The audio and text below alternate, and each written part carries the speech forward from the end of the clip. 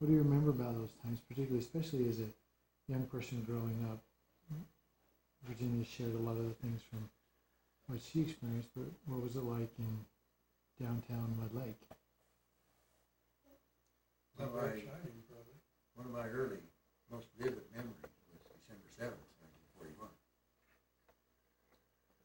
We got on the radio about the attack on Pearl Harbor. And I can still see standing behind the pot-bellied stove. Yeah. And forgot to take care of it. It got so hot. The outside of the stove was just red hot. We were all paying attention to what was coming on the radio. And I had no idea where Pearl Harbor was, or Japan, or anything like that. But it was a pretty traumatic time anyway. You were how old? 8. I remember asking my dad, well, Daddy, isn't there a big wall between them and us? I was teaching school out of Tarleton at that time, and my sister's husband was an Army officer in San Francisco at that time. He was on duty, and she drove out from Idaho Falls to tell us about the war beginning. There weren't any telephones. Larry, your namesake, Larry B., was in the mission home.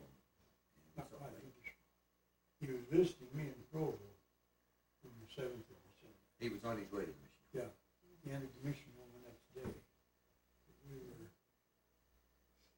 We were over visiting a lady who I always called her aunt, but she may have been a very distant aunt. Ethel Butt was her name. He was head librarian there at BYU. Almost totally deaf. Then we were over at their place and we were outside somewhere. One of the kids, neighbor kids, came over and said, turn on your radio. So we went in the house, turned on the radio, and they were announcing then that the Japanese were bombing Pearl Harbor. Larry entered the mission home the next day on the 8th. I don't think they were in the mission training very long. He began his mission, went to the northern, what they call the Northern States Mission then, headquartered in Chicago. But it was kind of a tough time to go on mission because, a lot of the people I went to. My boys out in the service, what are you doing around here? And just as quick as they finished their mission, the draft boards were there, waiting at the railroad station, I guess. Did he serve? How long did he serve? In the mission field? Maybe 2 years, I guess. He got out in, went in the 8th of December, 1941. And he came home in December of 43, just before I left the service. So what do you remember about the lean years, the Depression years? How did that affect you growing up? People on the farms were much better off than they were other places sometimes. Nobody had anything, and the houses we lived in and so on were very, very poor. But we always had milk, meat, potatoes, stuff to eat, bread, stuff to eat. We always had plenty to eat, If you could talk for a week about this. And it's almost impossible for people nowadays to believe the way we live, but as Kirk started to say there, somewhere around the old pot-bellied stove, And the stove, in cold days, cold winters, you had to just pretty keep that red because there was no insulation in either ceiling or walls. The walls were just, they were 2x2 on 2 foot rather than 16-inch centers, and there's no insulation there. On the outside, they had what they called shiplap. If you remember what it was, overlapping pine boards about 6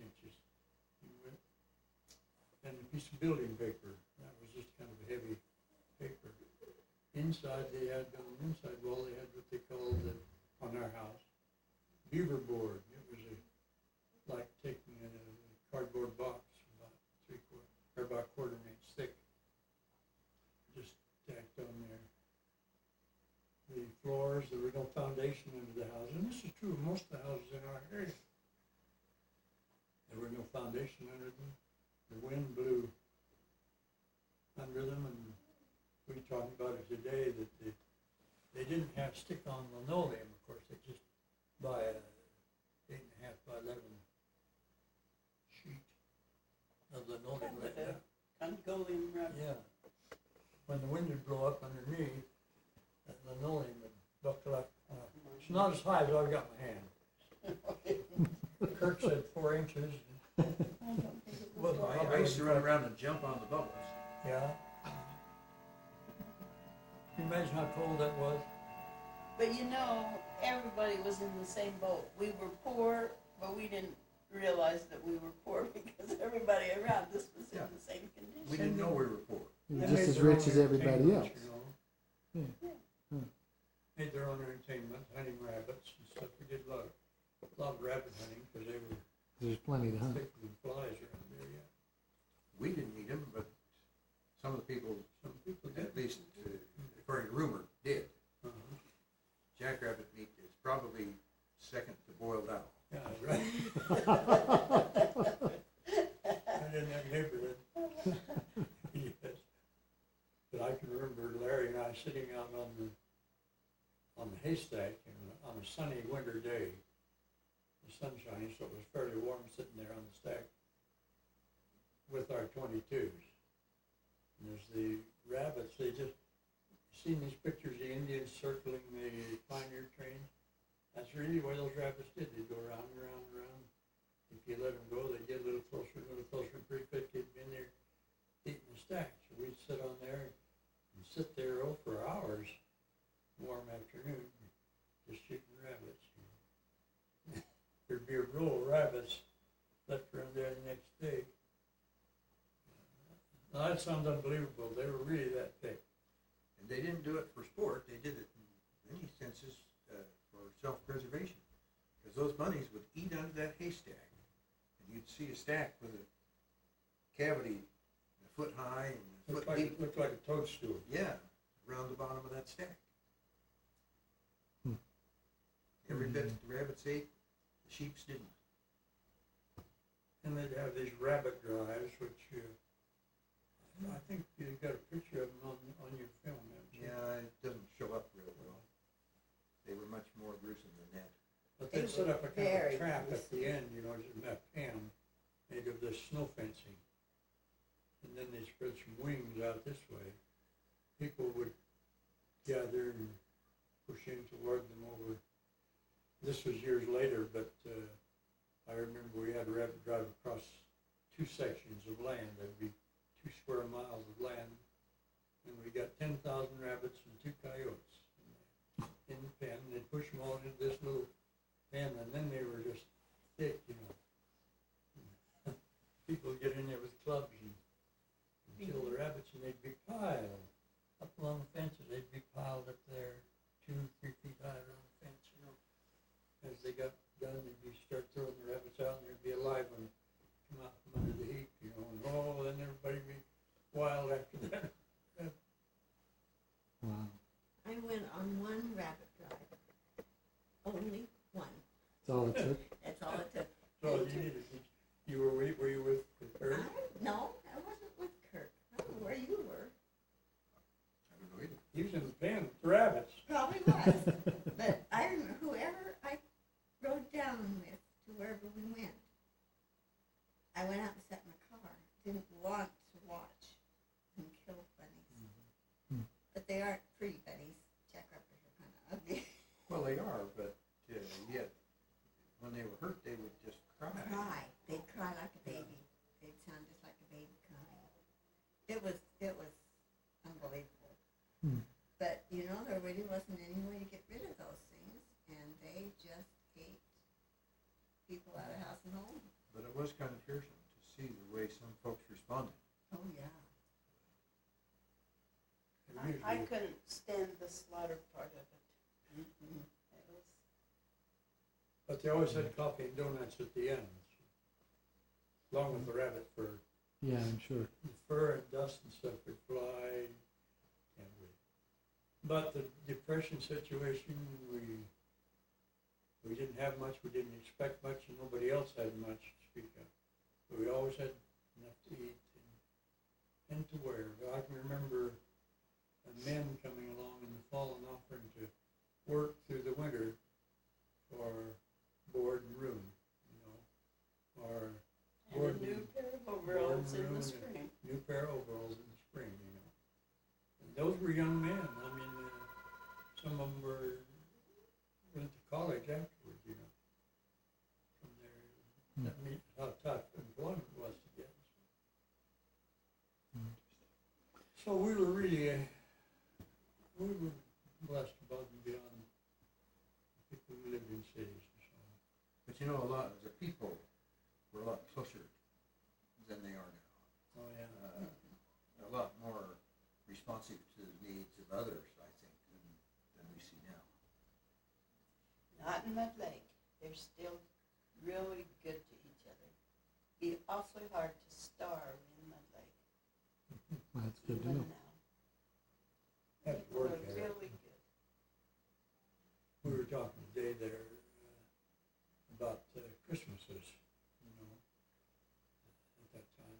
That was going to be one of my questions. Tell me about your Christmas holidays, some of your best memories, especially growing up. What were some of your best memories? What was Christmas like for you as a child or as a teenager? And then we're In going our to keep. place, we had, and I think it started typical. We'd have maybe, there were the three of us kids at this time. We ignored Kirk. He Wasn't Snuffy? there No. wasn't there yet. Yeah. But our was so little and we didn't count him. But we usually have a stocking that they fill with, put some hard candy in it and one orange. Right in the toe of the sock, they had an orange. That was because there was a big hole in the toe of the sock. Oh, come on. You have to keep the candy. Keep the candy from falling. Stick with the truth. But I'm still one of the most memorable thing I remember about Christmas. One Christmas there, Dad, and we just had 4 rooms total, you know. There was our family, it'd be Mom and Dad, and the 3 of us kids, plus Kirk. Yeah, see, 3 of the kids plus Kirk. There, and then they had a hired man. I don't know where he slept. I think he slept out on an open porch we had out there. But one time at Christmas, Dad had managed to save up money. Mom had come from a musical family. Dad was a doctor and he had a little more money than most and so on. And they had piano and they sang together a lot. She missed the music really a lot. So I don't know where Dad break together. The figure that sticks in my mind is $80 that they paid for one of these wind-up phonographs. Beautiful piece of furniture, you know. It was a tall one, sit up like that, you know. Wound up with a crank on the side. And the old steel needles in it. So. But Christmas Eve, or up till Christmas, he and the hired man somewhere had bought this phonograph and stored it outside the granary, you know, so it was a surprise. Christmas Eve, the year they came in, carrying it covered up with an old blanket into the house, you know. It must have been quite a sacrifice to save up the money to get it to begin with. Or how they did it, I don't know. But I can remember that old phonograph coming in and how much Mother enjoyed. I was telling them some of the songs that they sang, like Barney Google with his googly eyes. Has anybody here seen Kelly? Kelly with the green necktie? Things like that. I remember a few of the songs that were on the records. And we heard those to the point where I could probably sing them for you, but I won't. Today. Oh, heck. That's too bad we could have sung a nice duet there. Yeah. About you, me. Christmas in Christmas- Chesterfield. Christmas in Chesterfield was, there was always snow. And as I told you, my mother's family got together on the holidays. That was one time we opened up the big front room, had a stove in there, and we could get all the uncles and aunts and cousins in there. And we usually had a program. Everybody had to take part, and we sang a lot. And we always had a big meal. Everybody brought something, and we had all kinds of goodies. Santa Claus was, he was there every year. We had the same kind of stocking that Ted had. We had an orange, and that's about the only time of the year we ever had an orange. Oranges were a treat. Yeah, they were. And nuts and candy. And we had a family of girls. We always got a book and a doll. I can't remember what the boys got, but the girls always got a book and a doll. We had a new dress for Christmas. My mother sewed too. But Christmas was a fun time growing up. Well, I remember getting a dress for Christmas, so you just got a new pair of overalls in the fall when school started. That was the clothes for the year. What you do for the rest of the body? Well, I think your mother sewed shirts too. Probably did. Probably so. I'm sure she I'm did. sure she did. The I'm sure pictures she did. that you see in Sewed them till there wasn't any warp left on the roof. or vice versa. I remember one Christmas I got a wind-up Caterpillar tractor with rubber treads. And we all had fun with that. Build a stack of blocks, and get it to climb over and stuff like that. That was quite a treasure. But I remember as I got older, going Christmas caroling. People from New York would go Christmas caroling, and I got to tag along, I guess because I was shirt tail of the family. Might have been even on a sleigh, because oftentimes the roads were drifted full that time of year. And that's where our family kind of inherited the tradition of Christmas caroling around the neighborhood with our kids, with you and the other varmints. Kicking and screaming all the way. I think that's the third verse. They only kicked Jingle and, bells. they only kicked and screamed until we got to the first house, until we got past the first house. And by the time we'd done a few houses, they were having just as much fun at it as we were, because of the responsive people. Caroling was fun. Still is. And then when I was in my teens, I got skis. Mud Lake is flat. We used to tie on behind the Jeep. I was going to say, all you need And, to do is just get a sail. Well, no, that's not realistic. Oh. For snow skis. Tie on behind the Jeep and go down in the borrow pit along the highway, trying to flip the rope over the mailboxes. He didn't, but then he flipped you around. I can just picture that in my mind. And you thought we did crazy things as youth. My brothers used a horse instead of a Jeep. Yeah, I think a lot of people didn't.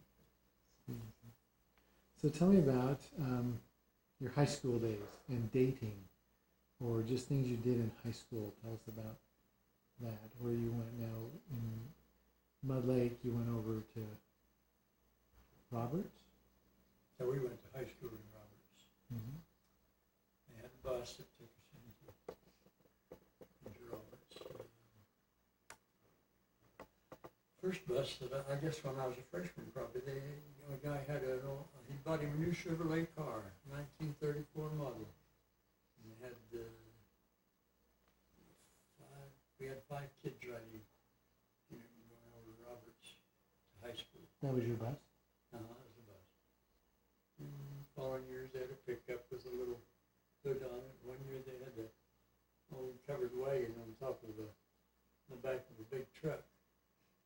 with a bunch of automobile seats, so car seats, right along the sides. I remember one time that, I don't know, the lady was driving the bus instead of the man was supposed to be driving it. She got off the road into some big rocks, bouncy, bouncy, bounce. All the seats were down in the middle of the floor. She stopped, and when she stopped, we all piled out. We're talking about it, and she went on. And left you Miss standing Lynn. there. Look, we were all good, we were gonna, you know, we thought we were real smart. Anyway, she got home, started letting kids out, and looked around the back, and there weren't any kids in there. And she really went wild and came back looking for us, and some of the kids refused to ride, refused to get back in the bus. Not because we were scared, because we thought we were smart, I suppose. I remember she stopped at Chet Madsen's place. He was the chairman of the school board. He came out and gave us a lecture. Hadn't heard the last of Some of the it yet. kids were probably his kids. Probably were. Doubt. Probably were. The school was small and had lots of opportunity to do things. You know. Actually, we had a good school. I found when I went to college that I was up with, I was at a good school. It was small, but it was we had good teachers. Robert's district had lots of money. You know, Because at of the the time, railroad. at the time, yeah, they had lots of railroad property and telephone line taking tax, so they were way ahead of the rest of the area. They hired some real good teachers. We had good training. And I said, when I went away to school, I found that I was up with the kids from the big schools on most things. But you were one of the smart ones. Well, naturally, I think the kids that studied and so on had good educations they did in the big schools. How big was your graduating class? Oh, maybe 20 kids. I don't know for sure. Now, I what- think there were 24 in mine. The school was growing. Yeah. yeah, it was increasing. A Yeah? couple of the guys in my class were in the National Guard, and before we graduated, a couple of them had been called up when the National Guard was called to Korea. I remember that in the, when So we really would have had 26. Mussolini, the It's Italian almost dictator, 10%. Mussolini, the Italian dictator, invaded Ethiopia. That was 1936 or something like that. I can remember our English teacher said, "This is the beginning. This is the beginning of the end," she said. A lot of you young men will lose your lives in this conflict because it flouted the United Nations. They should have gone in and stopped, but they didn't. So I can remember saying that. Some of the older guys didn't get in there early enough for that, you know. And some of them were too old. The war didn't start as far as the United States was concerned until 1939. I graduated from high school in 1939, but some of the guys who were seniors there when I was a freshman, and right into the beginning of the thing, you know, spent maybe 4 years overseas or something like that. Were there a lot of people back then in the church that felt that the World War was just the culmination before the Second Coming? Probably. Remember there was a book published there called Our Bible in Stone. You remember Mother read some of that to us, sitting around the stove there, and told about some discoveries they'd made in the pyramids in Egypt. It prophesied that the end of the world was coming in 1936. We were all done in 1936. I remember Mother reading that book to us. And that's where it said one time, that's where Kirk got his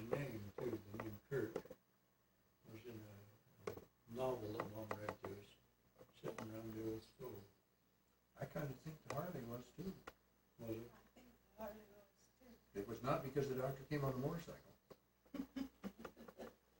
Well, she probably rode a horse. The doctor was a midwife. I know. Sister Brierly. Yeah, Mr. Barley. So tell us about Chesterville High School, or where did you go? Oh, by the time I went to high school, we had moved up to Osgood. During the Depression, my dad lost everything we had, our home, the farms, and we just moved up there onto a rented farm.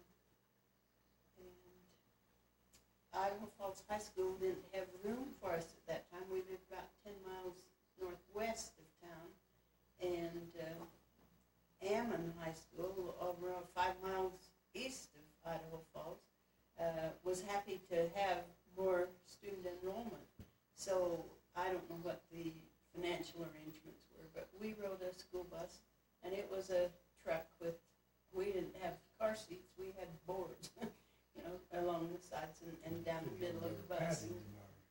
No, they weren't padded at all, they were boards. Kids, Anyway, we rode, for the 4 years of high school, we rode this bus through Idaho Falls and on over to Ammon. I didn't know you went to Ammon High School. When I went to high school, we hated Ammon. Yeah, because we could beat them.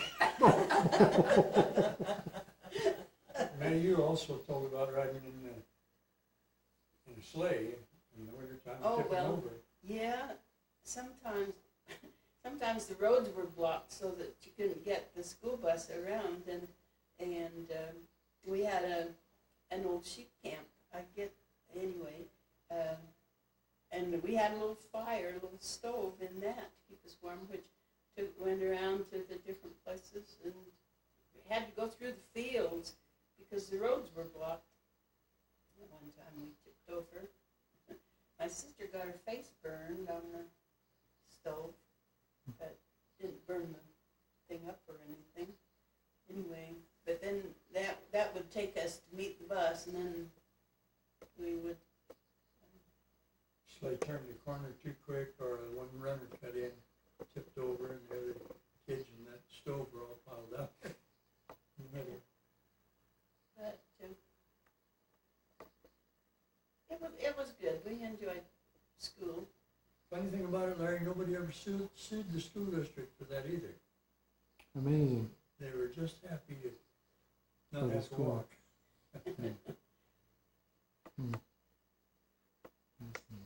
But you didn't have. We always had a football team and a basketball team, but wasn't all sports the way it is now. Girls didn't have any sports. You had a pep club, no drill team. How big was your school graduating class? 43, my graduating class. All good kids, At one time, there were 10 of us working in the Idaho Falls Temple out of that 43 class. Activities that I was most active in were drama, speech, things like that. I represented the school in dramatic readings and stuff like that. That was fun to do. Won lots of top honors in that. And one time in high school, we had a debate. And that's the only debate I was ever in. In high school, they didn't have debate most of the time. But then when I went to college, first time we went to speech class, the teacher asked me to stay after class. He said, "I like your voice. I'd like you to go out for debate." So I did, and had a lot of fun in college with that. Got to go out to the Never lost West an argument Coast. since. So that's interesting. That's it. Okay, tell us about Pokey High.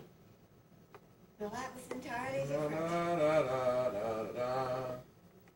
You want to Which see? happens to be the same tune as Morgan's. Yeah, I was gonna say, Oh, it's, Illinois royalty? uh-huh. Oh, I That didn't was know our that. school song too. I came from the other end of things. Big high school. How big was your graduating class? We were 430, I think, is what we were. Just 10 times ours. Yes. Just in time. And, in high school, we ran, a big group of us ran around together. We just had a lot of fun. Not quite all, but almost all of them belonged to our ward. And we just did things together rather than dating separately. Once in a while, we went out on a date separately. But most of the time, we just had a good time. We were the first class to ever have seminary. And we had to fight tooth and toenail to get that, and finally were able to have seminary in the old First Ward building before school. And of course that made a problem on us that rode the school bus, because we had to be there much earlier than the school bus arrived. And then the teachers made it so difficult. If we weren't in our seats early, we were marked tardy. And they just, well, Mormons weren't like the Pocatello when I was there. And so we had a small seminary class. We probably had 15 or 20 of us that braved the opposition and went to seminary.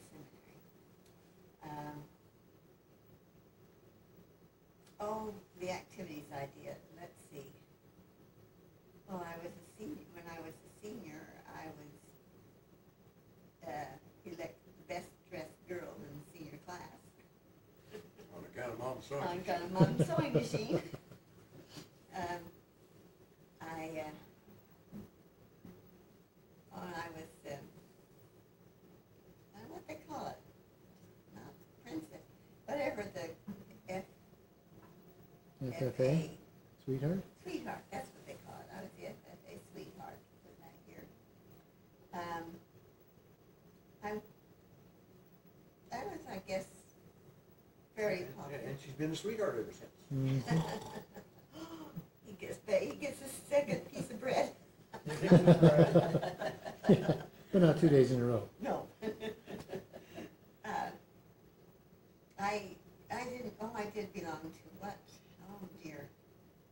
I belonged to some kind of a service organization. I don't remember what it was now. That some of my friends and I joined, and let's see.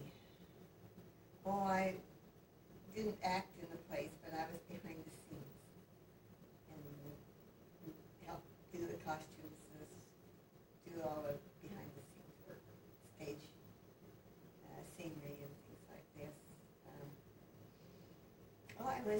I did help produce the senior class assembly. I had one section I had to do, and I danced in the senior class assembly. And I got this one scene put together. And let's see, what else did I do? I got caught sloughing once. 3 of my friends, my girlfriends now, that we still are friends, we all slept. The other 3 didn't get caught, and I did. I don't know why, but my monitor in study hall was supposed to let us, not tell them we were gone. Told them I was gone, so I had to spend 2 hours after school in detention. We got into considerable trouble at home. Those are good old days, huh? Mm-hmm. But most of the time, we had a good time. High school was fun. And I passed. How about you, Kirk? Roberts High. Well, before Roberts High, I went to Territon Elementary, where we still had all grades 1 through 8 in the building, but we were divided into 4 rooms. One of my vivid memories there was a teacher named Carol Catlin, who really encouraged me to do a lot of things. But even before that, when I was in 6th grade, I remember we had a kid who was a bully came in the 8th grade, and didn't have anybody who was as big as he was.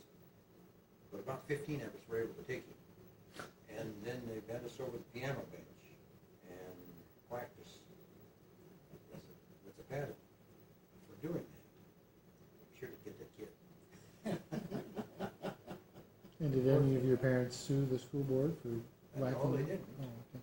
You probably got the paddle when you get home. I don't remember that. Because I was spoiled, of course. Mm-hmm.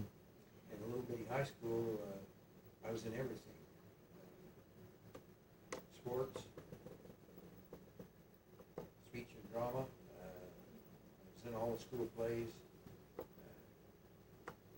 Do any wrote a- studies? Pardon me? Did you do any studies? Not often, only when there was nothing else to do. I remember 4 of us, well, I wrote, and 4 of us put together a radio play that we entered in the speech festival.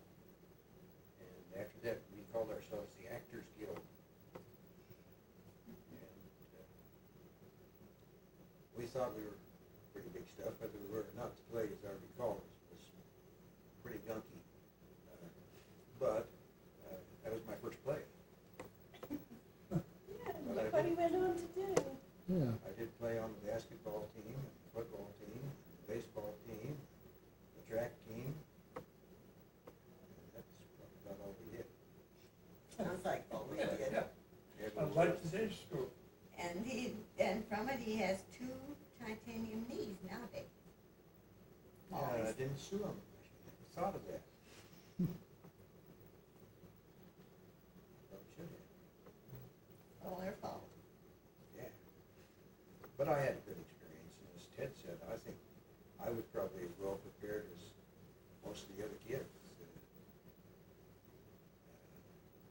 In terms of the basic kinds of things, and had the opportunity to do some of the other, advanced classes and that sort of thing. But the opportunity to do these other activities, I think, in many ways compensated for that. So, There were 24 in my graduating class. Did I tell you that? and weren't you valedictorian? Yeah. Or at least in the top 20? Yeah.